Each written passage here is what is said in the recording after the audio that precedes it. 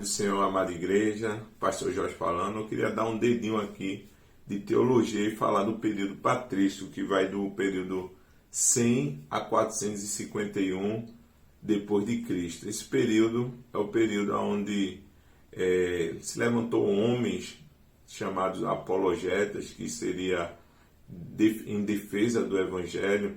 E esse período é bastante interessante, que ele se dá ali pela Palestina, na Judéia, mais especificamente em Jerusalém, e esse movimento do cristianismo é comparado a uma evolução do judaísmo.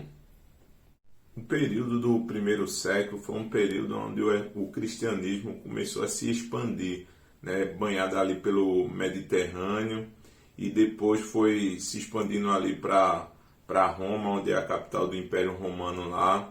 E ali a gente viu que os primeiros cristãos, fizeram essa disseminação do cristianismo ali, como Paulo de Tarso, que voltou-se ao Evangelho de Cristo, era um judeu, fariseu, mas ali ele teve um encontro com Cristo e começou a se espalhar, de modo que avançou muito o cristianismo por toda a região do Mediterrâneo, da Judéia, Jerusalém ali.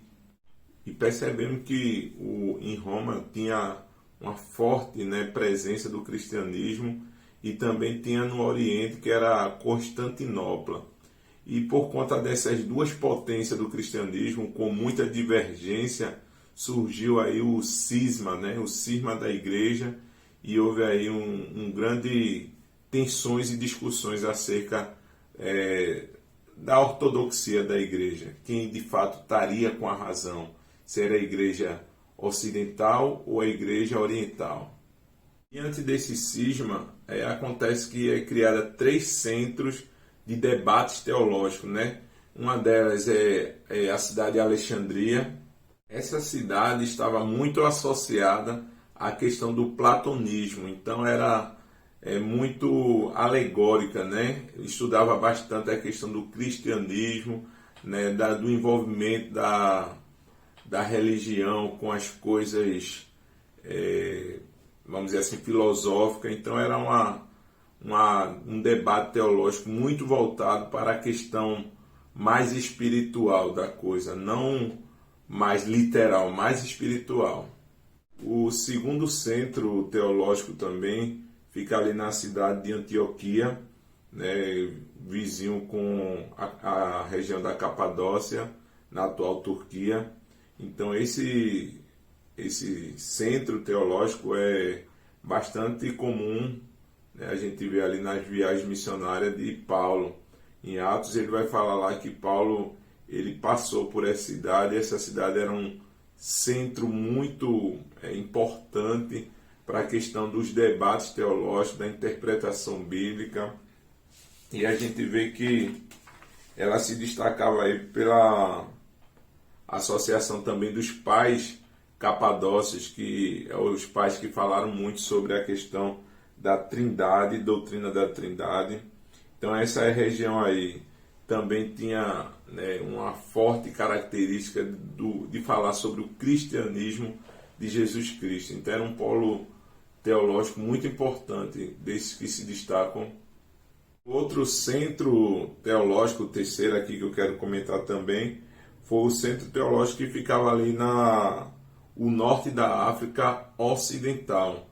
Então esse lugar aí foi muito importante, porque teve pessoas de renome lá, como Cartago, Agostinho de Hipona, Tertuliano, Cipriano, foram escritores, intérpretes da Bíblia de uma forma de excelência, que deixou o seu legado. Então esse centro tiveram esses homens aí e puderam debater bastante, formalizar ali a questão do cristianismo no século IV. Não quer dizer que as outras não tiveram importância, como Milão, Jerusalém, Constantinopla, a própria Roma, mas esses 3 que eu citei foram de grande importância, de uma importância especial, até mesmo por conta dessas pessoas que passaram por lá e falaram no cristianismo, deixaram o seu legado no cristianismo. Uma das principais funções desse período patrístico, que é considerado patrístico porque apareceram os pais da igreja. Os pais da igreja era aquele que ou andou com os apóstolos ou andou com o apóstolo os discípulos dos apóstolos, vamos dizer assim. Então, como Clemente, Agostinho de Hipona, Tertuliano, Orígenes, todos esses homens são considerados pais da igreja, né, por conta da proximidade que ele tem com os discípulos dos apóstolos. Então esse período foi muito importante para que houvesse aquela distinção, né, aquela diferenciação entre o judaísmo e o cristianismo. Então esses homens debateram bastante acerca dessa situação em que o mundo estava vivendo, nesse novo marco, né, de Deus através de Cristo. Então foi de grande importância esses apologetas que apareceram principalmente no século II, como Justino Mártir, como Orígenes, né, tantos outros aí, a qual pôde ali defender a nossa fé, defender o cristianismo contra outras religiões pagãs, né, e isso só foi possível de fato também após o edito, né, proferido ali por Galérios, o imperador romano, o qual reconheceu o cristianismo também como uma religião. Então o cristianismo nesse período simplesmente se igualava a outras religiões, mas com a aceitação de Constantino ao cristianismo, né, ele se converteu ao cristianismo. Então houve aí agora um aparato maior para o cristianismo, para ser reconhecido posteriormente, através do Edito de Milão, como a religião oficial, né? Então, a partir desse momento é que a igreja começou agora não mais somente defender, né, a sua fé, o cristianismo, mas agora começou a discutir. E essa discussão interna gerou várias heresias, né? Como a heresias do ariano, que dizia que Jesus não era, né, da mesma substância de Deus. Jesus era, né, uma outra forma, né, outra substância. Então isso gerava um problema, porque Jesus, apesar de vir como homem, mas a Bíblia diz que o Verbo se fez carne, o Verbo estava com Deus e o Verbo era Deus. Então, desde a eternidade, Jesus já existia com Deus. Então, ele não foi criado. E Ariano dizia que ele tinha sido criado. E a partir do momento que, se ele fosse criado, então ele era criatura. E a gente também não poderia adorar a criatura. Então, Jesus, ele é Deus. Então, ele já estava com Deus desde a eternidade. Então, é da mesma substância. É homoousios, né, de Deus, é a mesma substância. Então, o que Ariano queria era colocar Jesus, né, como uma criatura. E até Orígenes também, na questão de uma teoria que ele trouxe da subordinação, porque a Bíblia diz que Jesus disse que o Pai é maior que ele. E aí se gera outras questões em relação a isso, e daí pode ter surgido o arianismo, né? Como eu estava falando, como também a questão de Pelágio, né? Os donatistas. Então são controvérsias que surgiram ali naquele período em que a igreja já não era mais perseguida, mas por agora debater alguns assuntos teológicos, isso começou a aflorar. Então depois se deu vários conselhos da Igreja Católica Romana para poder apaziguar, né, esses conflitos que estavam existindo internamente. Então daí que surge os credos, né, credo niceno, credo de Constantinopla, credo de Éfeso e assim por diante. Então aqui eu fiz algumas notações que, se você quiser acompanhar, eu indico você pesquisar sobre Justino Mártir, que viveu de 100 a 160. Então ele teve uma teoria lá chamada Logos Spermático, né? Ele era da igreja oriental, era muito ligado à filosofia, né? E um apologeta, né, do século II, né, que defendia contra a questão de heresias, os paganismo, gnosticismo, enfim. E outro também, Irineu de Lyon, que também foi bispo de Lyon. Ele viveu de 130 a 200, né, e criou aí tem uma obra dele que é Adversos Hereges, que é contra heresias, né? Foi bispo em 178, ele é um apologeta também, um defensor da fé e do cristianismo, e lutou contra o gnosticismo. Tem origem também de 185 a 254, também da Igreja Oriental, do Oriente. Criou uma teoria chamada apocatástase, né, que ele dizia que todos iriam para o céu sem exceção, até o próprio Satanás, né. Ele tem a questão, preza pela interpretação alegórica. Essa interpretação alegórica é uma interpretação mais espiritual, né? Ele diz que a Bíblia é uma forma superficial e que aprofundando você chega em coisas que não está escrito e não pode ser visto fisicamente, mas através do Espírito, né? E criou aquela teoria da subordinação, que o pai é maior que o filho. Tem Tertuliano, de 160 a 225 depois de Cristo. Foi um pai da Igreja Latina, ou seja, ocidental. Defendeu a unidade do Novo Testamento e do Antigo, né, dizendo que o Deus do Novo e o Deus do Antigo é um só, contra a heresia do Marcião, que ele condenava o Deus do Antigo Testamento, dizia que era um Deus mau e que não era o mesmo do Novo Testamento.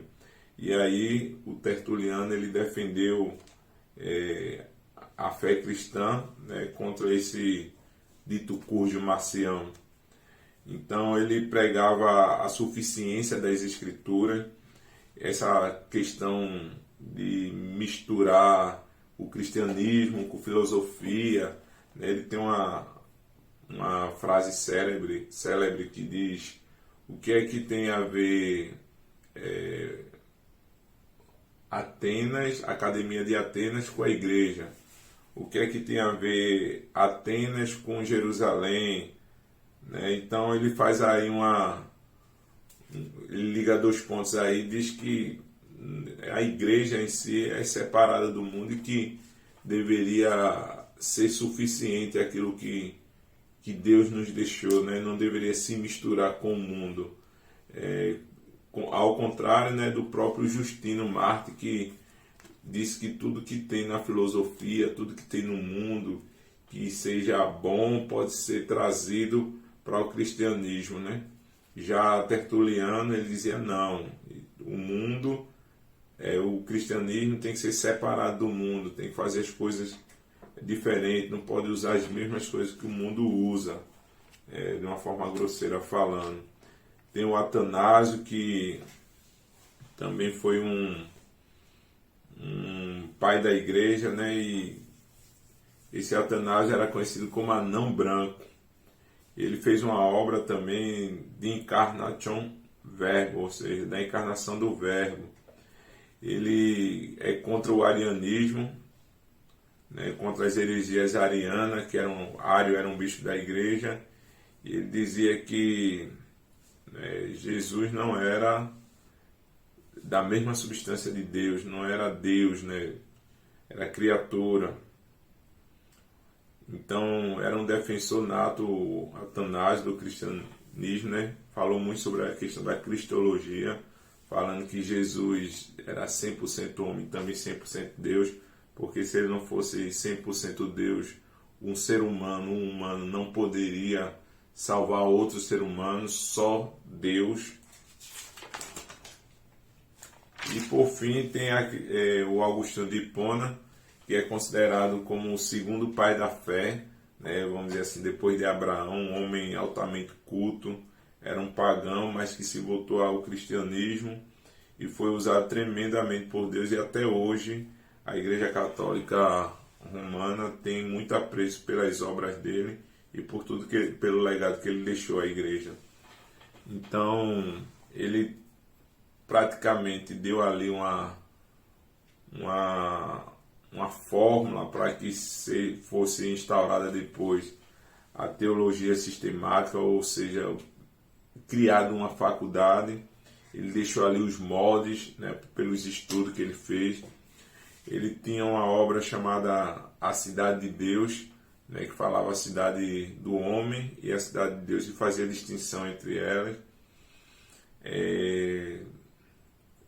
Ele deixou as suas obras baseadas em 3 áreas principais da teologia, que é a doutrina da igreja e a doutrina do sacramento versus os donatistas, porque o donatista dizia que a igreja, os traidores da igreja, né, aqueles que quando foram perseguidos entregaram aí os exemplares da Bíblia para ser queimado, e outros não entregaram e morreram.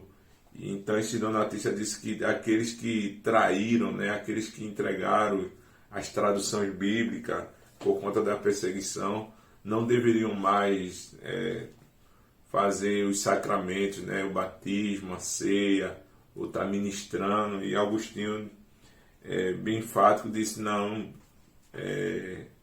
só cabe a Deus separar o joio do trigo, né? A gente não pode fazer distinção, porque quem faz o sacramento pode estar até em pecado, mas não invalida o ato, porque o ato é de Deus, né? O ato, aquele ato de batizar, aquele ato de trazer a Santa Ceia, é um ato sagrado, né? Que o homem não consegue invalidar aquele ato. Então, a segunda também foi a doutrina da graça, versus o pelagianismo, Pelágio, que diz que Jesus, né, o ser humano não precisava do sacrifício de Jesus, só do exemplo, como se Jesus fosse apenas um exemplo a ser seguido, e que a graça viria dependendo dos seus atos, das suas atitudes, não pelo sacrifício de Cristo. Então, Agostinho pregou muito sobre a questão da graça, né? Porque o próprio apóstolo Paulo diz que não é dom de vós, né? Mas é dom de Deus. A graça de Deus é que nos salva. Pela graça sois salvos, isso não vem de vós, para que ninguém se glorie, mas é um dom de Deus. E por fim, a terceira, ele criou ali a doutrina da Trindade, né? Deus Pai, Deus Filho e Deus Espírito Santo. Então deixou isso aí bem articulado, para que ficasse uma obra bem consistente, para que outras pessoas pudessem basear nessas doutrinas, né? Ele não falou muito sobre a cristologia, né? A pessoa de Jesus. Uma perda assim de conteúdo, de ver um homem com essa capacidade que ele tinha de falar sobre a cristologia, mas o que ele deixou foi bem fundamentado. Foram obras espetaculares que vocês podem pesquisar sobre Agostinho, que vocês vão gostar aí das obras que ele escreveu.